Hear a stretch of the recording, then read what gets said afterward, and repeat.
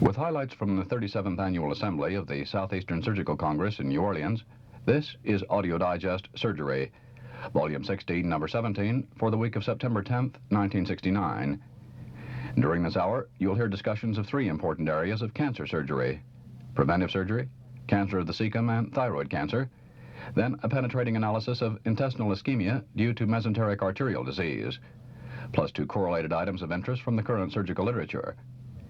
To begin, Jonathan E. Rhodes of the University of Pennsylvania School of Medicine offers some counsel on calculating the risks and gains of preventive cancer surgery.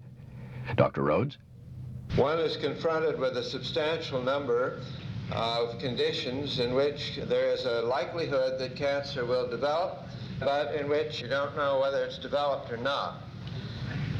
I would like to use the term precancerous in talking about some of these, but it's a dangerous term because the pathologists tell us that we don't know whether a lesion is precancerous or whether they are simply an indistinguishable group of early cancers and non-cancers which appear in the same general guise. In the skin, there are keratoses, nevi, and post-op radiation dermatitis. In the mouth, leukoplakia. The GI tract, gastric ulcers, gastric polyps. The lower GI tract, polyps and ulcerative colitis. In the biliary tract, some people have said gallstones predisposed to carcinoma. And the thyroid, of course, nodules. Our experience at home in doing preventive operations back in the year 1935, 13% of the procedures could be classified as preventive, and 45-20, and 55-31. We looked at it again in 65, and it's hovered around this last level, around 30%. So that it constitutes a not inconsiderable part of practice, though much of it is what you might call light surgery, breast nodules and things of that kind. Now, how far does one go in programs of preventive surgery, particularly since the pathologists are so vague about what is precancerous and what is not? And as one thinks about this, there are many different facets to it, and we have singled out 5 factors which are perhaps the most important. Obviously, the operative mortality with which you do prophylactic surgery is most important. And this, as it turns out, is really not the operative mortality for the cancer operation, because these people have to take their chances anyhow. It's the operative mortality for the person that turns out not to have cancer, the benign gastric ulcer and so forth. Then there's the cancer incidence, because it's only in this group that the benefit occurs, and if this approaches 0, then it becomes useless to undertake such a program. Now, I've used the term innocent lesions to represent the totality of a group of lesions, let's say gastric ulcer. After one subtracts the cancer incidence, which I would take at about 10%, some people quote it higher, some lower. Then after one also subtracts the cases that have to be operated on because they bleed or because the pain is intractable. In other words, they have to face operation anyhow. And in the case of the gastric cancer, this is perhaps another 20%, so that leaves about 70% of innocent lesions, the people whom, if we knew all, would never have to be done. And then the advantage occurs by only if you get a better survival rate from preventive surgery than you do if you do the operation after waiting until it's clear from X-ray and other tests that you actually have a cancer on your hands. Well, the gains in this are in the group with the cancer, and it's the product of the cancer incidence versus the improvement in the survival rate. And the loss occurs in the innocent group and is the mortality of operating on the non-cancer case times this innocent group. Now, clearly, you must have more gain than loss, or you have a bad program and that should be stopped, so as to put it in this way, that the gains divided by the losses must be a fraction greater than 1 as a necessary condition for a justifiable program. Now, how much above 1 it has to be requires a little thought. For practical purposes, we are limited to 5-year survival rates because there isn't enough really long-term follow-up in the literature to use anything else. So we're comparing 5-year survival rates with deaths, and it's therefore clear that you must have a ratio well above 1 to make it worthwhile, and I think everyone would decide this for himself. I would think that it needed to be at least 2 and preferably higher. But at some point it would seem as though a conscientious surgeon had to advise his patient to undergo an operation that might be unnecessary and from which he might conceivably die because of the dual risk that the operation is necessary for him and that it could save him from an untimely death from cancer. Now let's look at a few statistics and put this in a more concrete framework. Statistics on the mortality for operating on people with gastric cancer, which varies in usually 5-7% area. But as I said and stressed, this is simply a plus if you operate on some of these people earlier, because the important thing to consider is the mortality in the benign case. And I've used a figure of 2% as a reasonable and I think attainable mortality rate in benign gastric ulcer. Now, taking the 2% mortality, a 10% incidence of cancer, 70% of patients that could get by without operation if we were sure, 40% cure rate when they're done preventively, and an 8% if you wait until they're manifestly carcinoma by the preoperative studies, and you come out with an advantage a little above 2 to 1. One asks then, is this reason to operate immediately on all gastric ulcers? Now, I would not reach that conclusion, because in these, to get the 8% survival rate, we're waiting until the lesions are obviously malignant, and no one recommends waiting that way. To wait 3 weeks is probably quite justifiable, and we do it. It would be nice to have the figures for waiting 3 weeks, but there simply are not enough in the literature. What so often happens is that you plan to wait 3 weeks, and then at the end of 3 weeks, either the thing is a little better, or the patient hasn't gotten x-rayed again, or his internist is so encouraged that he doesn't go along with the idea of operating on him, so that these periods usually stretch out. But it is unreasonable to believe, I think, that 3 weeks would make so much difference as to make it unwise to wait that period of time, and we do usually wait that long. Now, a little different problem, and perhaps a little more complicated. What about the stone-bearing gallbladder? The incidence of carcinoma the gallbladder in large autopsy series is around 0.4%. The mortality of removing an uncomplicated stone-bearing gallbladder is remarkably low. 4 series averaging 0.42%. Our own experience in some 1,600 was 0.43%. This, of course, eliminates the jaundice case, the patient with empyema. These are the straightforward ones, though some of them, of course, are not very good risks. Now, what is the incidence of carcinoma? First, when does it occur? The average age in all of these series is close to 60, average 58, and the average incidence of cancer, 0.39% in some 41,000 autopsies. The incidence of gallstones at different ages mounts from very low, below the age of 30, to nearly a third in people of 80 and over. And at this time when the incidence of the carcinoma peaks, 50 to 59, it is 21%. We have calculated that a policy of removing all stone-bearing gallbladders at age 50 would probably save about 3.5 lives for one that was lost. So that from a strictly mortality or actuarial point of view, considering nothing but mortality, one can justify this procedure at a mortality rate of 0.4%.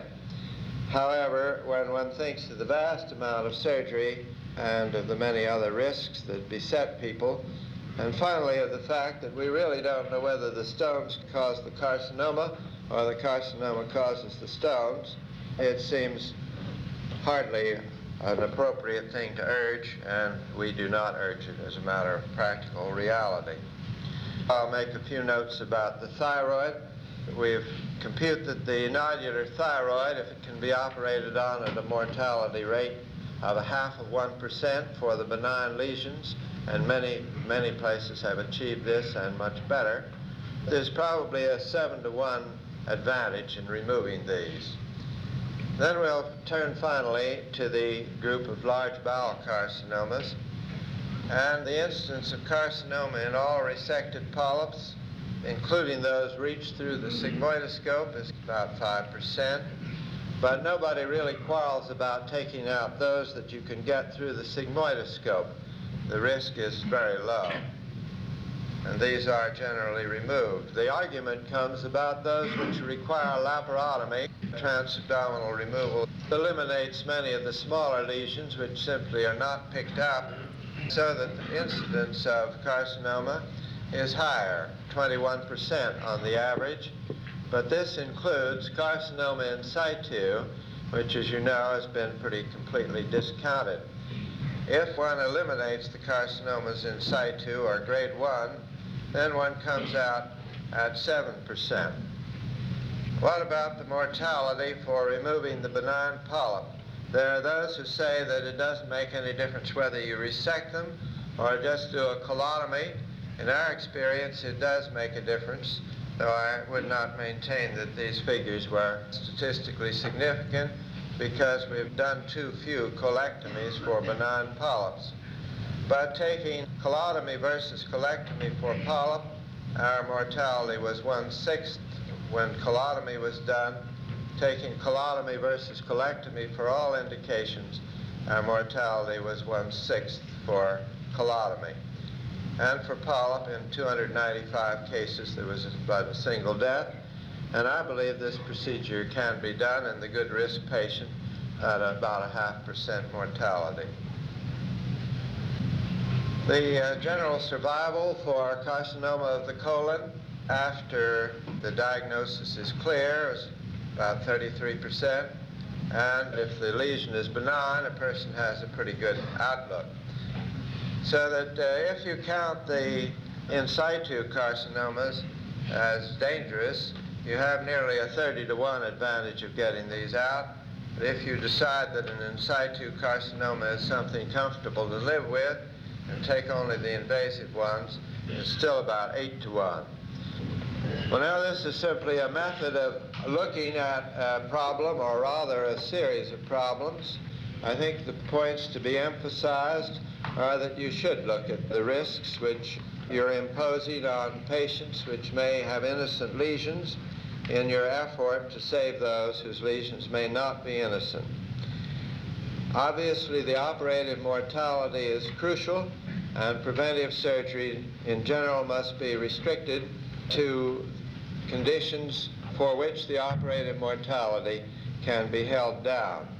And I think the operative mortality should be developed institution by institution so that you have actual applicable knowledge of what the risk is. And finally, I would say that this points both to the possibility of significant advances through the further use of preventive surgery. It also points to the great urgency for the development of a serological or other general method of knowing when cancer is present. Because if one had a really dependable method, and as you know, there is some evidence of improvement recently in this area, but a really dependable method could enable you to separate the sheep from the goats in this group of patients and avoid the risk to those who have benign lesions. Although common in older people, cancer of the colon is rare in the younger generation. Only 3% of all colon cancer patients are under age 35, according to Philadelphia's F.E. Rosato and colleagues, from their review of some 1,100 colonic cancer patients. Most of these tumors arise in the absence of other pathologic features, with no particular association between the tumors and cancer-prone diseases like ulcerative colitis and familial polyposis. Abdominal pain and weight loss over 10 pounds are the most common complaints. A change in defecation habits and blood in the stool occur frequently too. A young person presenting with these symptoms should have a total workup, including sigmoidoscopy and barium enema exams. More than half the lesions, 19 of 35 in this study, are within reach of the 25-centimeter sigmoidoscope. About half the young people studied underwent surgery within 8 months of their initial symptoms, 70% within a year. Curative procedures, usually abdominal perineal proctosigmoidoscopy or local resection, were attempted in all but 2 patients. Surgery was often done in the presence of clinically enlarged nodes. A common error, the authors warn, is to presume enlargement is due to metastases when it's really due to an inflammatory reaction. 43% of these young patients were alive at the end of 5 years. Lymph node status, the authors note, is the best prognostic indicator. Of 15 patients with no nodal involvement, 11 were alive at the end of 5 years. Of 17 with nodal involvement, only 3 survive 5 years. An early diagnosis and surgical resection are the keys to improved prognosis in rectal adenocarcinoma, say New Haven's W.H. Thomas and Associates, after a review of 830 rectal cancer patients seen over a 30-year period. Rectal cancer is highly curable if detected early in its course. Patients who report symptoms of only a few months' duration have a good prognosis, and nearly 90% will survive 5 years. Patients presenting with obstruction or perforation of a rectal neoplasm have a bleak prognosis. No patient in their series with a perforated neoplasm survive 5 years. Prognosis is related to the predominant presenting symptom too. If the initial symptom is blood in the stool, prognosis is good. Pain, change in intestinal habits, and weight loss carry an intermediate prognosis. Perforation or obstruction, a poor prognosis. Thus, early identification of blood in the stools, diagnosed as rectal cancer within 6 months, measurably improves survival rate. For patients with Duke's C lesions especially, preoperative high-dosage X-ray therapy appears to increase survival. The authors recommend a dose of 4,500 Röntgens over a 4.5-week period. Surgery is done 4 weeks later. Specimens removed after this regimen frequently show little evidence of remaining tumor. Abdominal perineal resection offers the patient the best chance for survival. About 45% of those operated on with curative intent survive 5 years. Turning now to cancer of the cecum, our second speaker, C. Edward Foti of Louisiana State University School of Medicine, reviews 139 cases seen at Charity Hospital in New Orleans. Here he is. The silent nature of cancer of the cecum leads to delay in diagnosis and treatment. Even though this tumor is frequently unsuspected by the clinician and missed by the röntgenologist, anatomical features of the cecum should provide a favorable opportunity for surgical management. However, surgical resection can only succeed when the tumor is diagnosed in an early stage. During the 16 years, there were 139 patients admitted to Charity Hospital in New Orleans with histologically proven cancer of the cecum. Patients with multiple large bowel cancers were excluded. This represents 8% of the 1,687 cases of histologically proven cancer of the colon, rectum, and anus admitted during the study period. 126 had some type of surgical procedure, and the remaining 13 patients were histologically confirmed at autopsy. 5-year follow-up information was available in 124 of the 126 patients who were subjected to surgical therapy. Cecal cancer is rare before the 5th decade.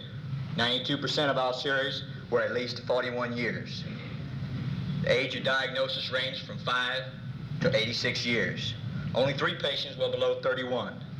The 2 youngest patients both had lymphosarcoma. The third, diagnosed at age 27, had had an ileostomy and bypass 9 years previously for ulcerative colitis. The peak incidence was the 7th decade, and the mean and median age at diagnosis was 61 and 64 years.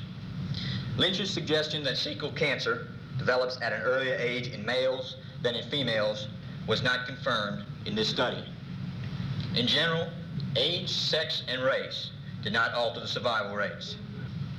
Most common clinical features were abdominal pain, weakness or weight loss, right lower quadrant palpable mass, change in bowel habits, evidence of gastrointestinal blood loss, and anemia. Abdominal pain, the most common symptom, varied from vague epigastric pain to vague or localized right lower quadrant pain. A small number had acute abdominal pain associated with a complication of their tumor. Cecal carcinoma tends to be bulky only because it is missed for a long time. 2/3 of the patients had a right lower quadrant palpable mass. This emphasizes the importance of careful abdominal palpations in periodic physical examinations, and especially when obscure gastrointestinal complaints are present. The presence of this important clinical sign was not useful in predicting lymphatic invasion, resectability, or prognosis. Change in bowel habits were more common than is classically accepted. Anemia occurred less frequently than in other similar studies. This wasn't adequately explained since many of our patients had widespread disease. A barium minimum was performed in 104 of the 139 patients. In 15%, no sign of pathology was seen. When the diagnosis is suspected and the barium enema examination is reported to be normal, a repeat examination must be performed or upper gastrointestinal progress films should be obtained. The correct diagnosis was made in 107 patients. The most common erroneous diagnosis in obviously ill patients were intestinal obstruction and acute appendicitis. 13 patients, or 10% of the series, were diagnosed preoperatively as acute appendicitis. 2 additional patients had had surgical procedures within 6 weeks directed at acute appendicitis. This reinforces the need for careful cecal examination during laparotomy and appendectomy. 6 of these 13 patients had perforation and abscess formation. 6 patients had complete intestinal obstruction, and 4 patients were incorrectly diagnosed as partial obstruction. The most common mechanism for this obstruction is from adhesion to the small bowel secondary to an inflammatory reaction generated by an ulcerating tumor. 77 patients had significant associated systemic disease with the expected distribution of an aged population. Some form of carcinoma was diagnosed in 94% of the patients. 4 carcinoids and 4 malignant lymphomas completed the series. 126 patients had some type of surgical procedure.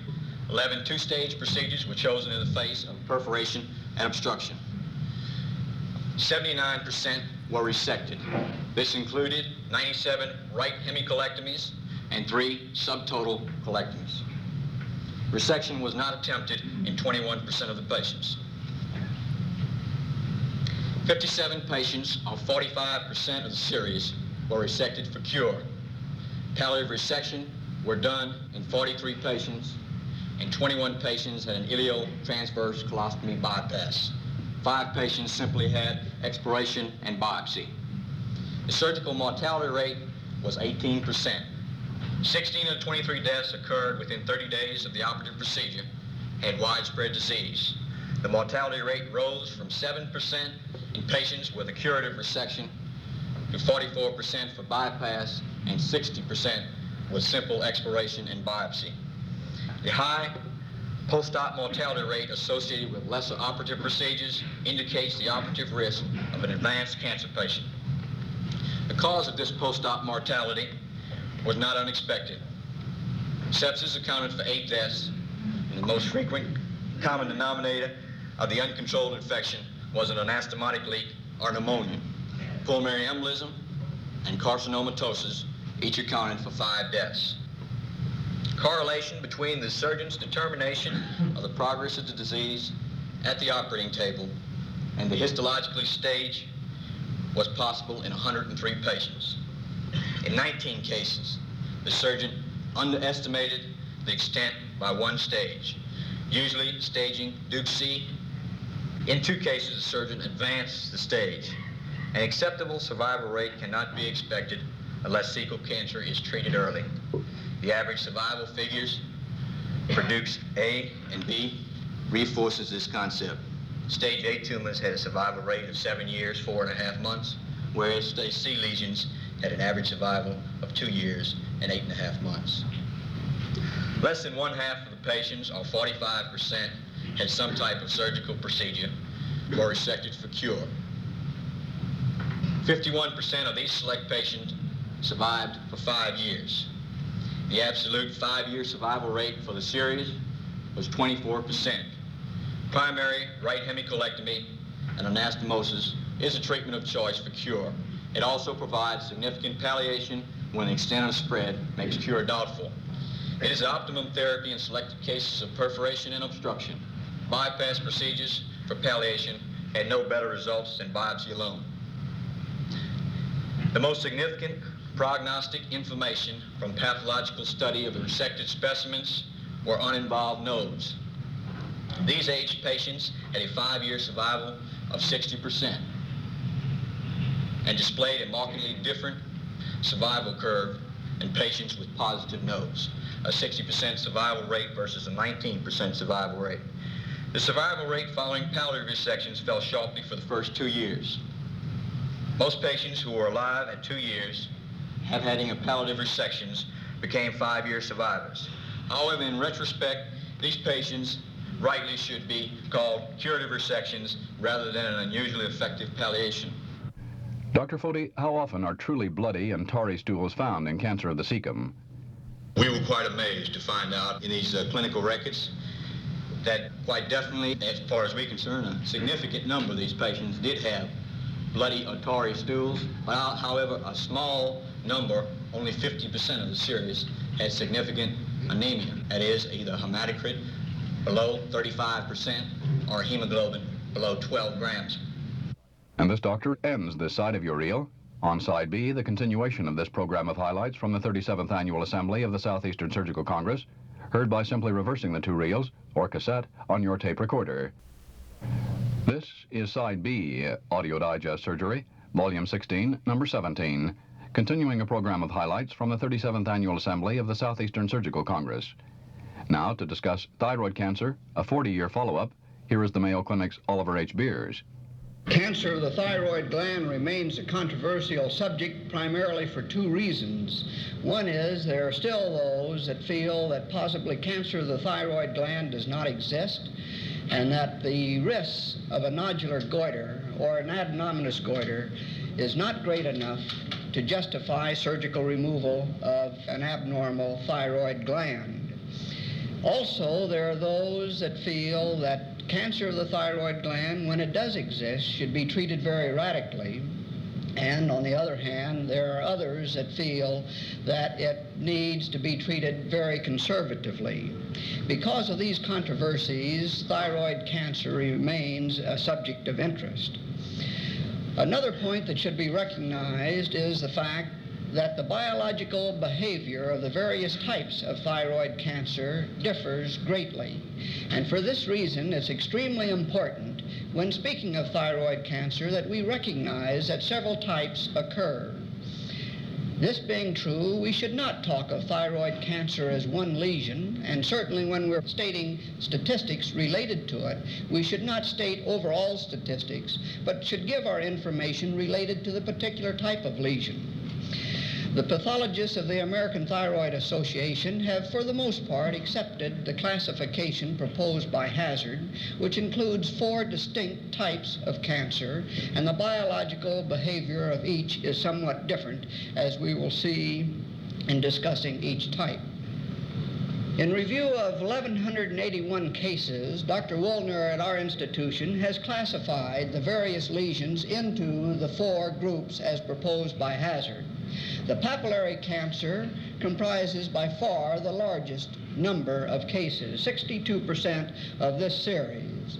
This is a lesion which characteristically, histologically, has papillary formation and also includes those lesions in which there's a mixed papillary and follicular formation.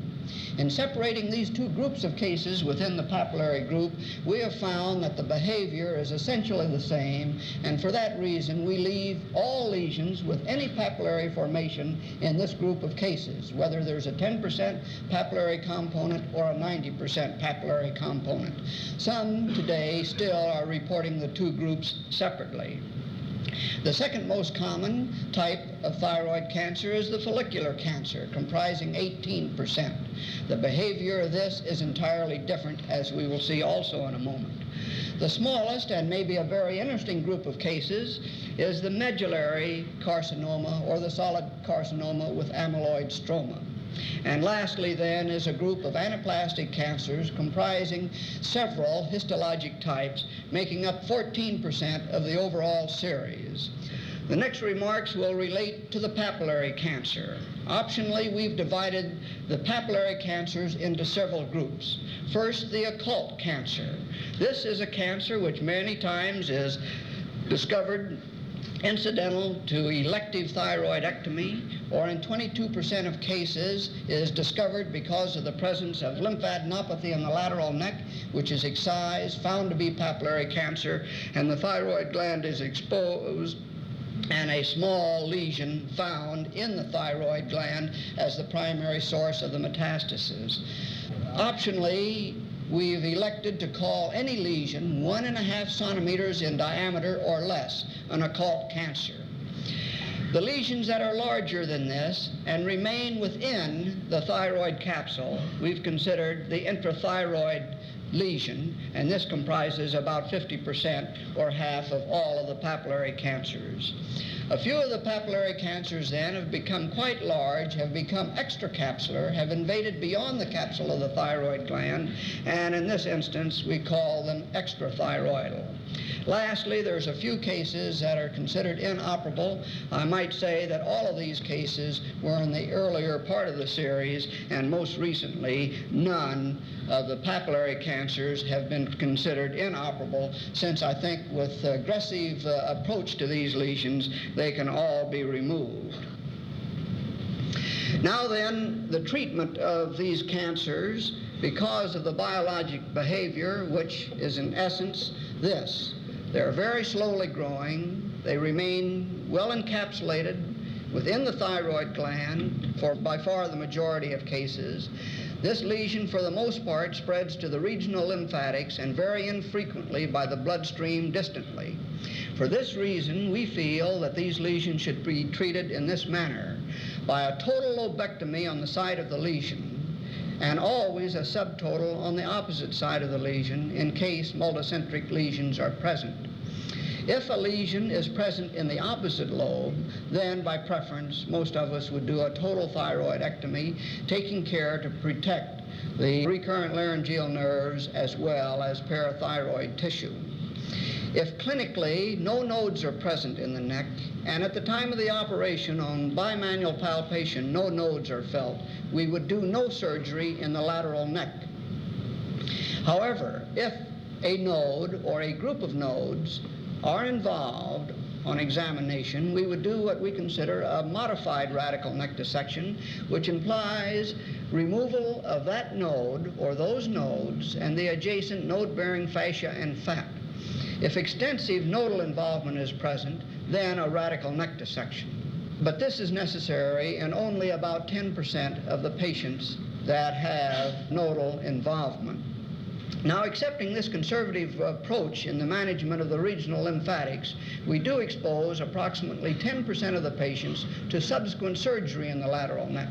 But I would hasten to add that in this group of patients, we have not lost control of any of the patients because of inadequate surgery in the lateral neck.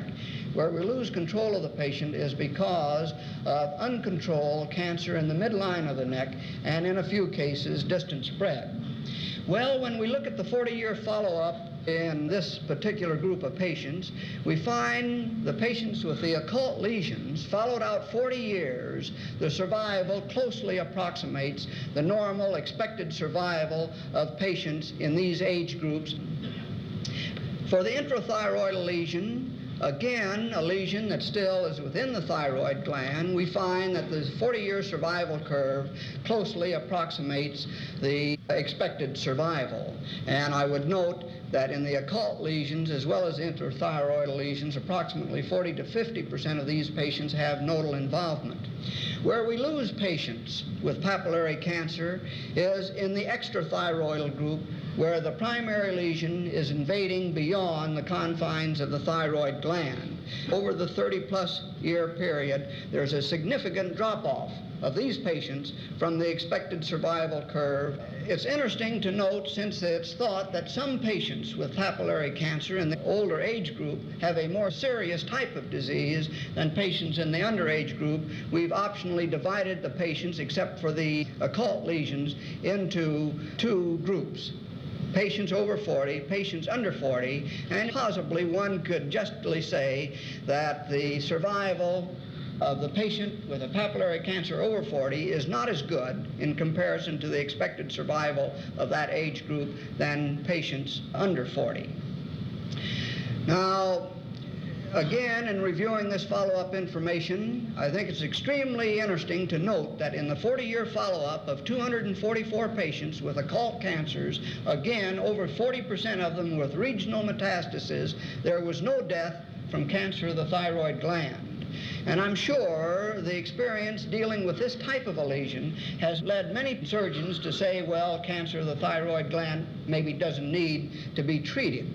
However, I'm sure that over time, these lesions will get to be extrathyroidal. Of interest, too, in this period of time, only 42% of these patients, or 16 patients, died of cancer of the thyroid. Many of these patients, even though the lesion is considered inoperable, will live for many years, 10, 11, 12 years or so, before the thyroid cancer will cause death. Now then, let's go on to the follicular cancer. The biologic behavior of this group of lesions is different. This lesion does not spread to the regional lymphatics. It's the lesion that invades the bloodstream and most often then spreads distantly, primarily to lung and bones. It does very rarely spread to the regional lymphatics, but again, infrequently. For this reason, then, we've divided these lesions into two groups: those where there's been no invasion or slight capsular invasion. 104 of the 208, or exactly half, and the other lesions then where invasion is moderate to severe, since it's been established, I think, in review of this material, that blood vessel invasion by this cancer becomes the most important prognostic sign, where in the previous group the size of the lesion or the extent of the primary lesion was the most important prognostic sign. Now then, when we come to the treatment of this group of lesions, because these lesions spread by the bloodstream, and fortunately, since this is the group of cases or the type of lesion that will function, therefore take up radioactive iodine, it seems reasonable most often for this cancer to do a total thyroidectomy. And the reason for this is that it eliminates all normal thyroid tissue, which would compete with metastatic tissue that might be present or subsequently become apparent. Therefore, one need not use radioactive iodine to burn out normal thyroid tissue, but can use the full and maximal dose to treat the metastatic tissue.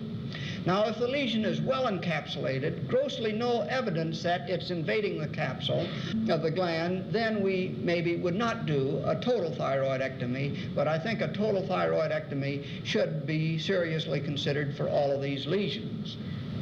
As far as the regional lymphatics, there's no reason to do a radical neck dissection for this group of cases. It doesn't spread in that direction. Now, in looking at our experience with the two groups of cases, as I said, we optionally divided them into the non-invasive and the invasive group.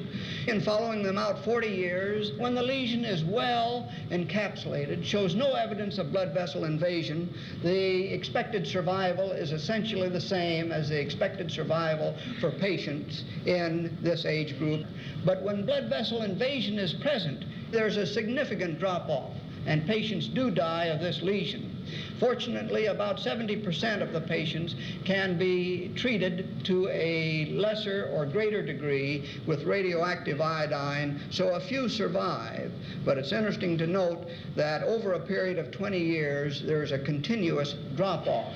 After 20 years, most of the patients that are going to die from their thyroid cancer have, and the survival in the next 20 years is flat. Now then, once again, when the lesion is non-invasive, very few die, 3%, or 3 in the 98 that were followed. When invasion is moderate to severe, over half of the patients die of their thyroid cancer. Therefore, invasion, its presence or absence, is an extremely important factor in evaluating this type of thyroid cancer. Now then, we go on to the next group of cases, the medullary cancer. As you remember, this lesion comprises 6% of the series. This lesion is more aggressive than the other two that we've talked about. It spreads both distantly and it spreads to the regional lymphatics. It behaves more like, let us say, a squamous cell epithelioma of the neck. Very often it is multicentric within the thyroid gland or extensive and invasive within the thyroid gland. This is a lesion which, to me, is best treated by total thyroidectomy and radical neck dissection on the side of the lesion. Rarely would I do a second neck dissection on the opposite side in the absence of lymphadenopathy. These lesions occasionally will be associated with other types of lesions, primarily pheochromocytoma, and in several instances parathyroid adenomas. And for this reason, whenever one encounters one of these lesions, it's well to check for the presence of the other two types of tumors, and this has occurred in 6 of these cases in this particular group of cases. Now, as far as the prognosis is concerned, and also then information that supports the surgical therapy, we have this information. When regional nodes are present, there's a distinct drop-off of the survival curve below the expected survival curve.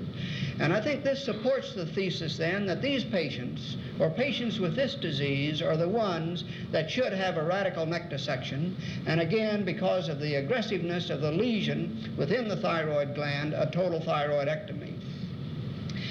Now then, we come to the last group of cases, those that are considered to be the anaplastic cancers. Fortunately, these lesions are not seen very often. However, they do comprise 14% of the overall series. These lesions are extremely serious in that they grow rapidly, they spread and invade into adjacent tissues frequently, and spread distantly frequently. Unfortunately, surgical therapy is not very effective in the management of these lesions, and most of them are dead within a period of 2 to 3 years.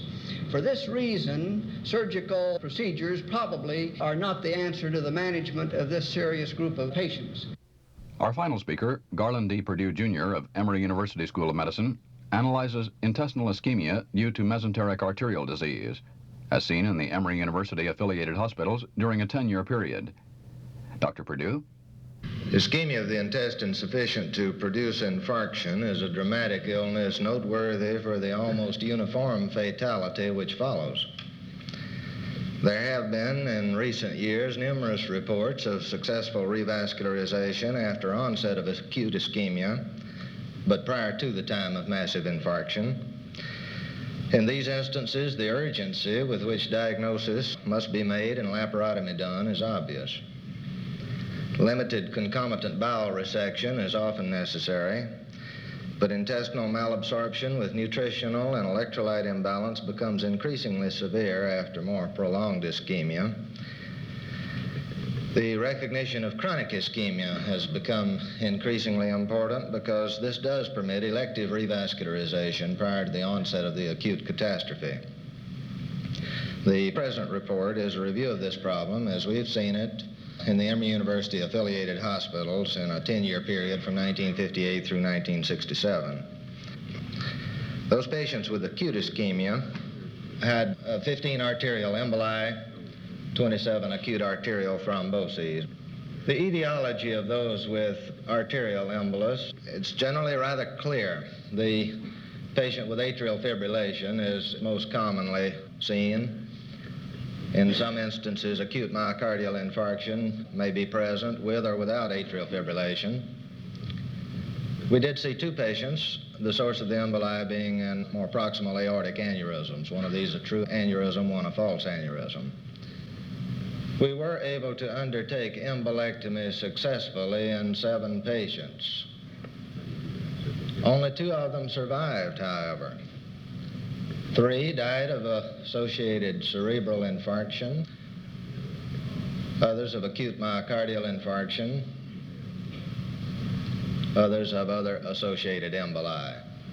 In instances when massive bowel resection was attempted, there were no survivors. 1 patient who had sufficient collateral circulation to permit resection of the ileum amounting to a little less than 50% of the GI tract did survive. 3 patients were considered moribund at the time they were first seen.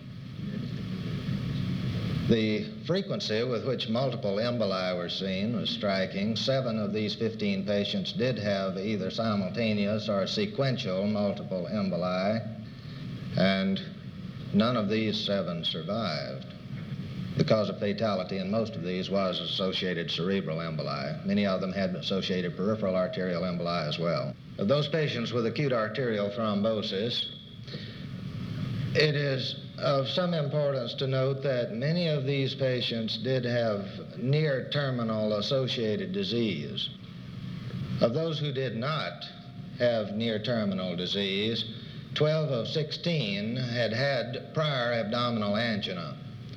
In each of these instances, if sufficient emphasis had been placed on aggressive diagnostic measures in recognition of the underlying abdominal angina, elective revascularization may have been possible before the onset of the acute catastrophe. At the time the acute thrombosis occurred, 9 of the patients were considered moribund and were not operated on. The diagnosis in these instances was confirmed at autopsy. Incidentally, 1 of them was a missed diagnosis. The remainder were clinically accurate.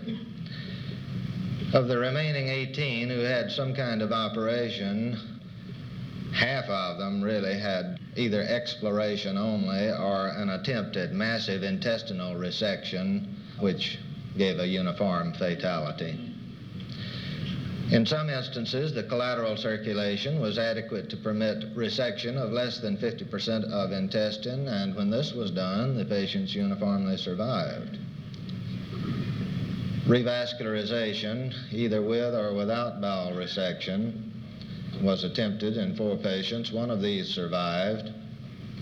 In summary of this group of patients, 12 of 27, or 12 of 16 without severe associated diseases, did have prior intestinal ischemic symptoms, usually consisting of abdominal angina or intermittent pain produced by eating, relieved by not eating. They all showed effects of malnutrition and malabsorption. The only real hope of salvage in this group of patients appeared to lie either with recognition of the abdominal angina prior to the time of acute infarction with revascularization, or in those instances when limited resection could be accomplished with or without accompanying revascularization. 6 of 9 of such patients did survive in this series. 5 patients were seen in the latter portion of this period of time with intermittent ischemic symptoms due to chronic arterial occlusive disease. All of these patients had multiple vessels involved, and in 1, the only remaining vessel was a severely stenotic inferior mesenteric artery. Again, the symptoms were characteristic: intermittent abdominal pain of a cramping or aching nature associated with food intake. Patients often found that they could avoid pain by staying with a liquid diet. Pain was frequently accompanied by diarrhea and occult blood in the stool. Weight loss was present, and malabsorption could be demonstrated in all. Operation in these patients consisted of bypass procedures to the distal patent superior mesenteric artery in 3, endarterectomy with patch graft in one, and endarterectomy alone in one. By far the most satisfactory procedure from the standpoint of permitting simultaneous exploration as well as technical ease and completion of the procedure is bypass grafting. All of these patients survived their operation and were relieved of their intestinal ischemic symptoms.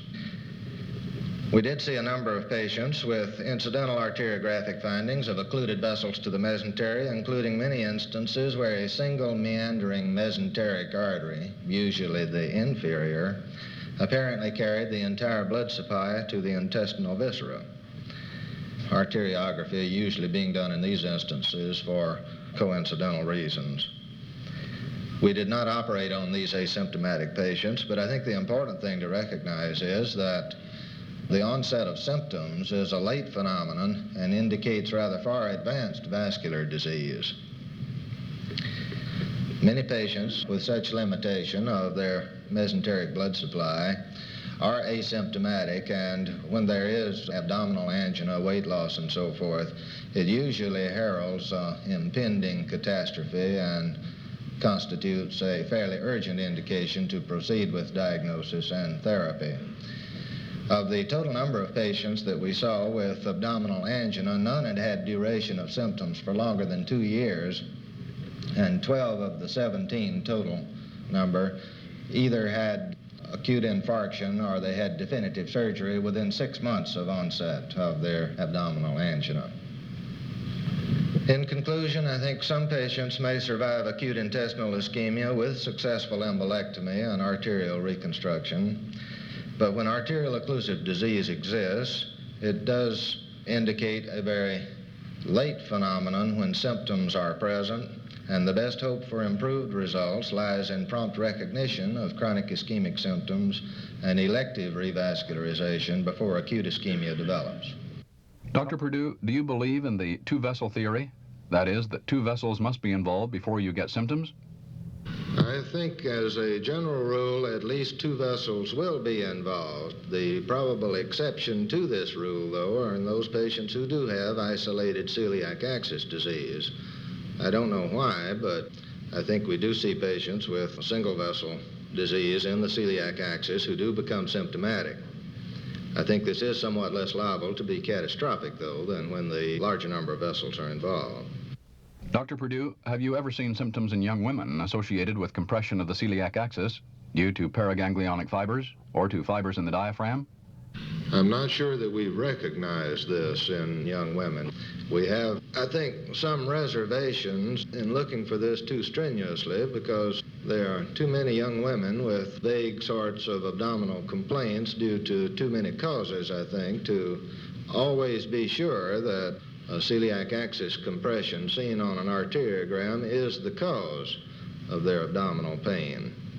As I think we do see, again, the appearance of a celiac axis compression in patients who are having arteriograms for other reasons, for example, in a hypertensive workup, and who have no abdominal symptoms. So that I'm not sure we can always attribute the compression of the celiac axis, which may be seen as the cause of the pain in this group of patients. In the acute instances, do you do operations without arteriograms? Yes, we do. We feel like the additional time required to do arteriography, as well as effect of the arteriographic contrast media in producing additional tissue necrosis, is sufficient reason to go ahead without arteriography. One last question, Dr. Perdue. Have you operated on patients with aorta-iliac occlusive disease and patients with aorta-iliac aneurysm who appear to have a meandering mesenteric artery constituting their major blood supply?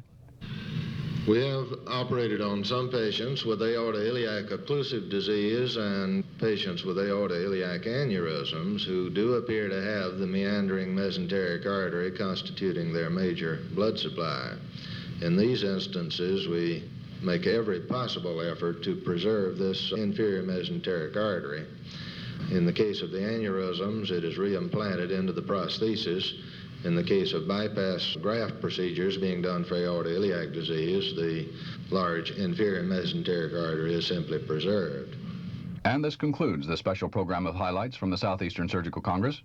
Our thanks to the speakers and to the Congress for their permission to record and distribute these remarks. Our next issue a program recorded at the 118th Annual Convention of the American Medical Association in New York City.